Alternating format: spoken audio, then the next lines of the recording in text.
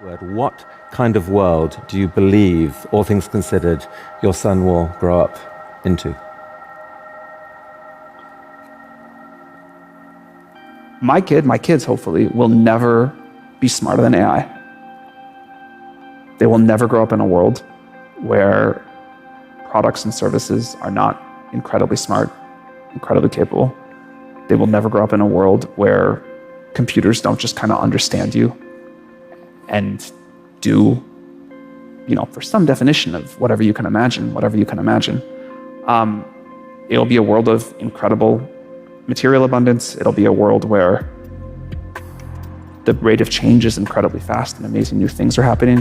And it'll be a world where individual ability, impact, whatever, is just so far beyond what a person can do today.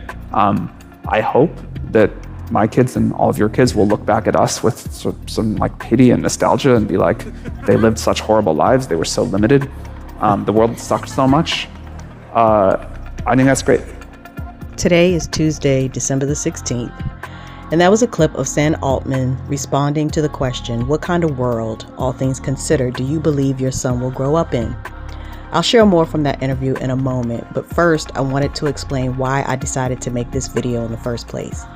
It's a continuation of a conversation I've been trying to have recently about how information is controlled in ways that undermine intelligence to not only prevent access to knowledge and wisdom, but to block what should be the normal development of wise discernment for each individual person across their lifespan. Some of the videos I've made over the last few weeks have been published and others have been blocked. But taken together, I'm piecing a picture of a historic methodology that I am hoping will organize the information in a way that will allow people to better understand what is underlying the chaos surrounding us right now in 2025. Ultimately, this video is an extension of the challenge I posted in the video titled Actual Human Reasoning versus Artificial Intelligence, as an exercise designed to encourage people to be curious, ask questions that are meaningful to them, and to come to some rational conclusions they can then apply to their current situations as they are functioning post-pandemic within a very dysfunctional system of being governed, informed, educated, and then used to maintain it.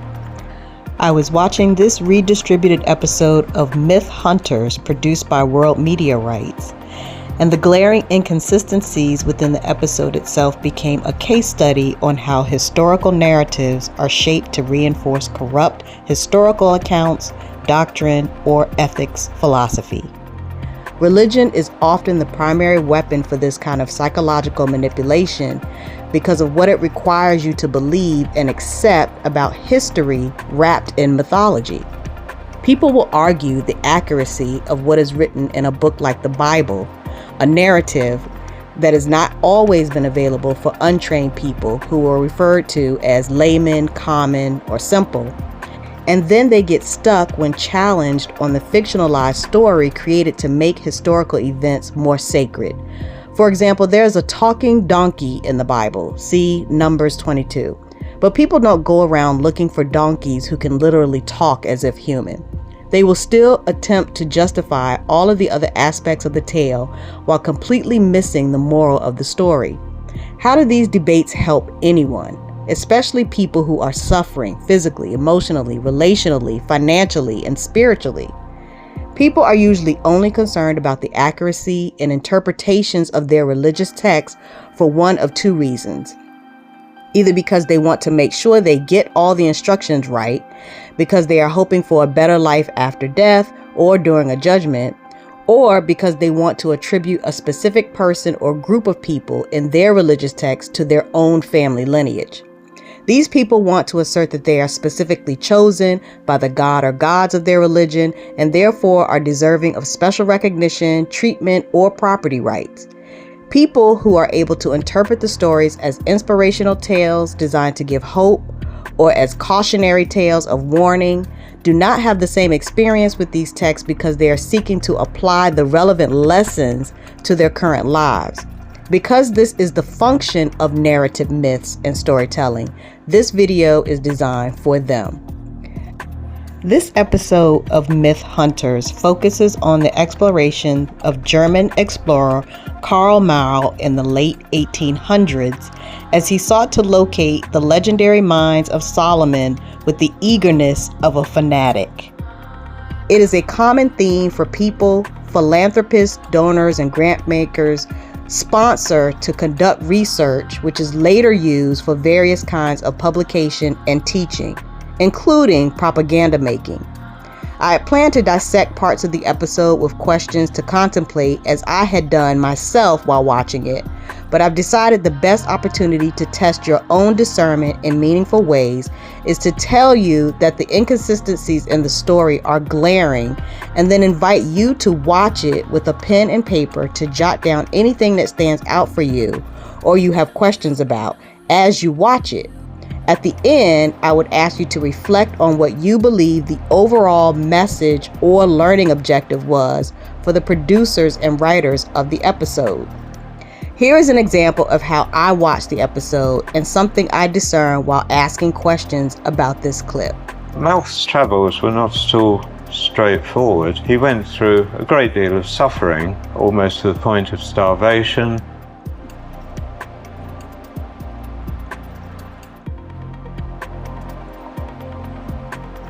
This was the 5th day of hunger for me, and it can be understood that I contemplated the future with a jaundiced view. Even small birds seemed to fly away from me, while I am still miles away from them. No pheasant nor partridge was to be seen. And an hour-long effort to try to catch fish also failed. Hungry, thirsty, tired, with almost insupportable pain in my knee, I still had to cover 25 miles, and bad luck would have it that I didn't get a chance for a final shot and thus did not get anything to eat. In desperation, Malk sent a messenger with a letter to August Petermann, the editor of Germany's geographical magazine, to support his African expedition. This time his luck was in. Petermann appealed to his readers to support Malk. We believed that he had to be helped. He is the only able explorer in the whole of South Africa at the moment. It would appear as a patriotic and scientific duty to support Herr Malk and not leave him helpless in the far-off interior. Petermann's appeal for support for Malk and his magazine was successful. Several of his readers donated small sums. As Malk didn't have any money himself, it was really helpful for him, but in comparison to other explorers, it was still a very small sum. However, these donations did help Malk continue his exploration of southern Africa for the next 8 years. If Karl was exploring in areas so desolate that he could not successfully hunt or fish for food, what would he need money for? To buy what from whom? More importantly, how were his letters collected to be sent back to who ultimately agreed to fundraise for him? He did encounter the Limpopo people who helped him and provided information he needed. How are they perceived and acknowledged by Mao according to the episode, and why is that important for the viewer in 2025 or 2012 when it originally aired? Feel free to pause the video and come back to it after you have watched the episode. Remember to jot down anything that stands out for you or you have questions about as you watch it.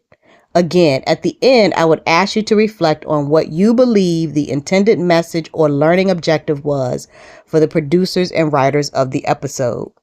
Complete the statements. By watching this, I learned blank about the Queen of Sheba, Solomon's mines, and the exploration of Africa to locate them. Karl Marx's goal for locating the mines was blank. He was successful or unsuccessful because blank. This information has helped me to understand blank.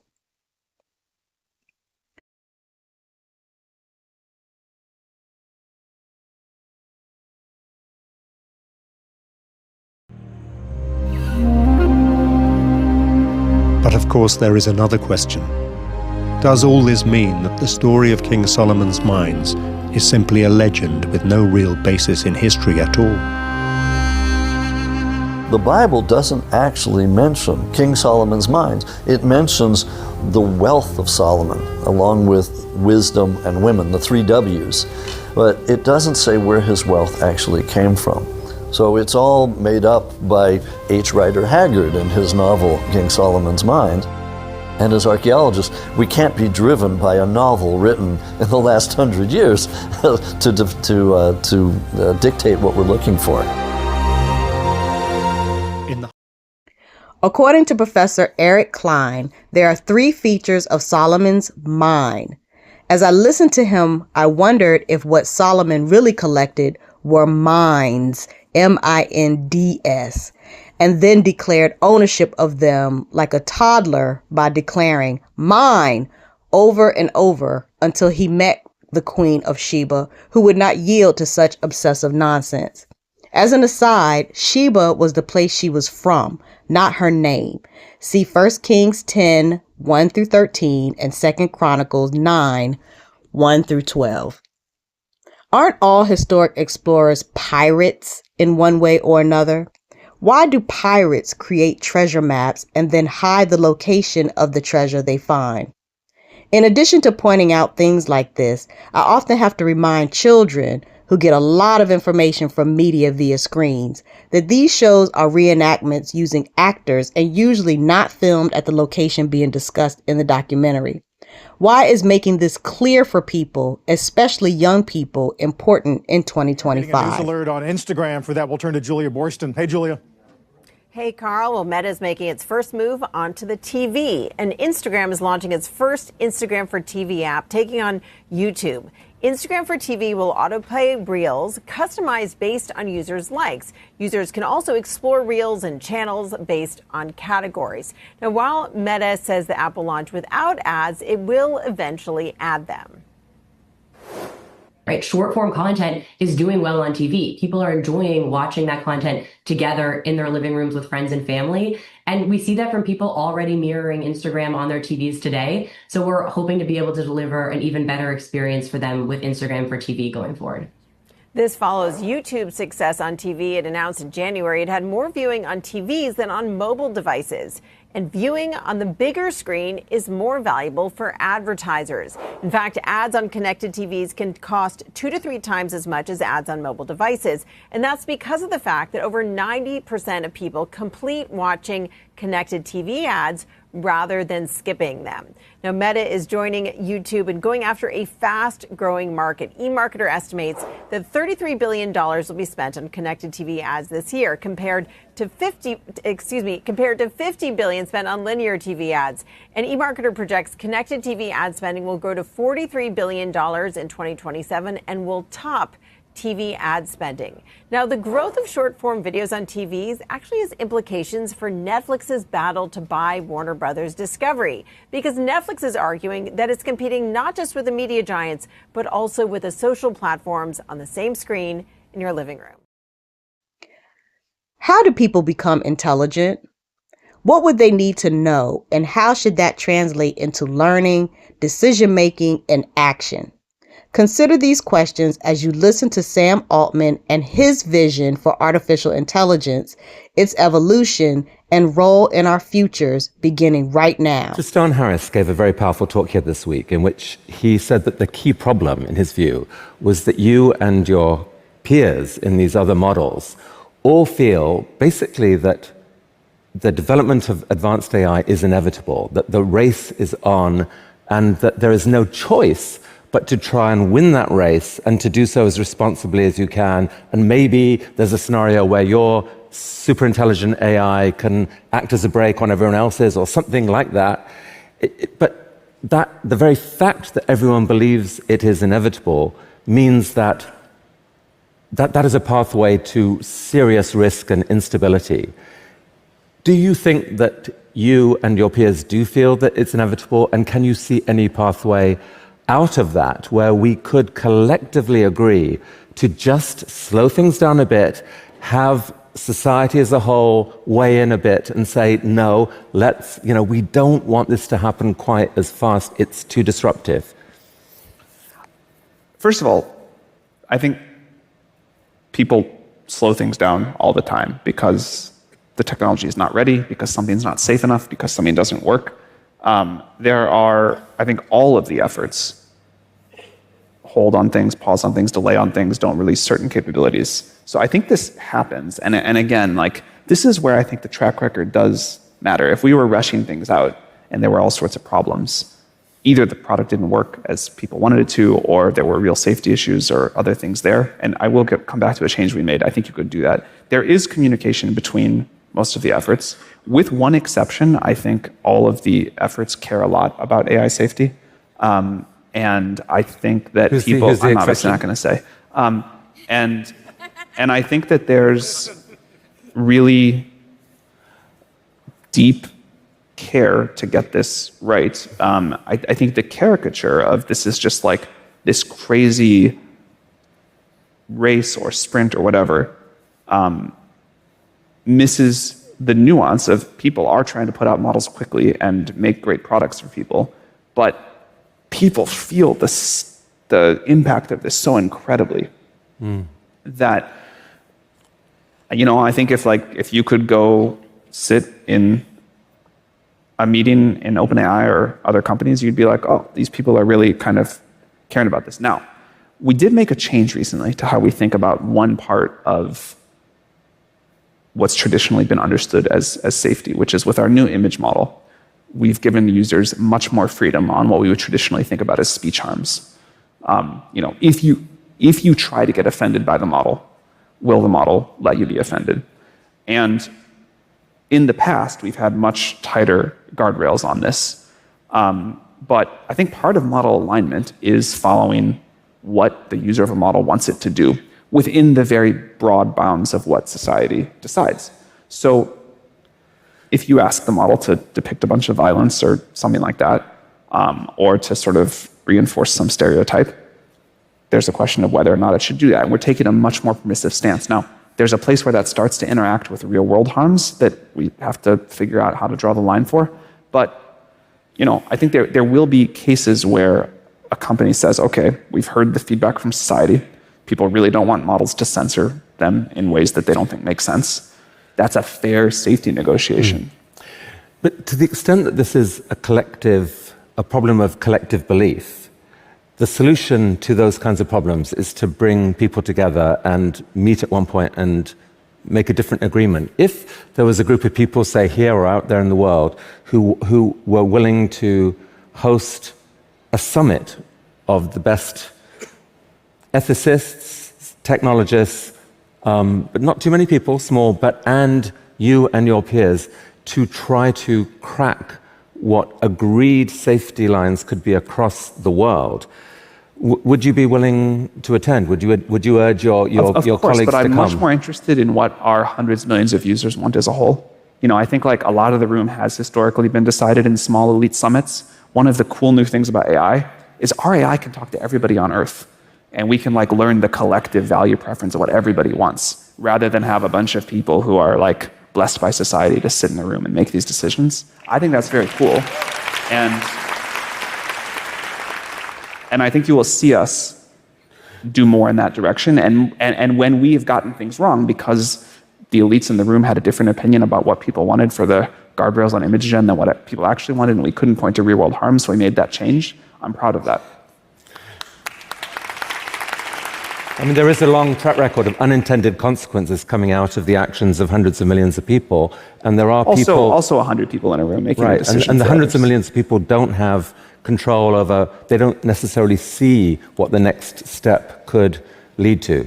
I am hopeful that is totally accurate and totally right. I am hopeful that AI can help us be wiser, make better decisions, can talk to us, and if we say, hey, I want thing X, rather than the crowd spin that up, AI can say, hey, totally understand that's what you want. If that's what you want at the end of this conversation, you're in control, you pick, but have you considered it from this person's perspective, or the impact it'll have on this people? I think AI can help us be wiser and make better collective governance decisions than we could before. I am puzzled by you. I'm kind of awed by you because you've built one of the most astonishing things out there. There are two narratives about you out there. One is, you are this incredible visionary who's done the impossible, and you shocked the world with far fewer people than Google. You came out with something that was much more powerful than anything you've done. I mean, it is amazing what you've built. But the other narrative is that you have shifted ground, that you've shifted from being OpenAI, this open thing, to the allure of building something super powerful. And, you've lost some of your key people. There's a narrative out there. Some people believe that you're not to be trusted in this space. I would love to know who you are. What is your narrative about yourself? What are your core values, Sam, that can give us, the world, confidence that someone with so much power here is entitled to it? Look, I think like anyone else, I'm a nuanced character that doesn't reduce well to one dimension here. So, probably some of the good things are true and probably some of the criticism is true. In terms of OpenAI, our goal is to make AGI and distribute it, make it safe for the broad benefit of humanity. I think by all accounts, we have done a lot in that direction. Clearly, our tactics have shifted over time. I think we didn't really know what we were going to be when we grew up. We didn't think we would have to build a company around this. We learned a lot about how it goes and the realities of what these systems were going to take from capital.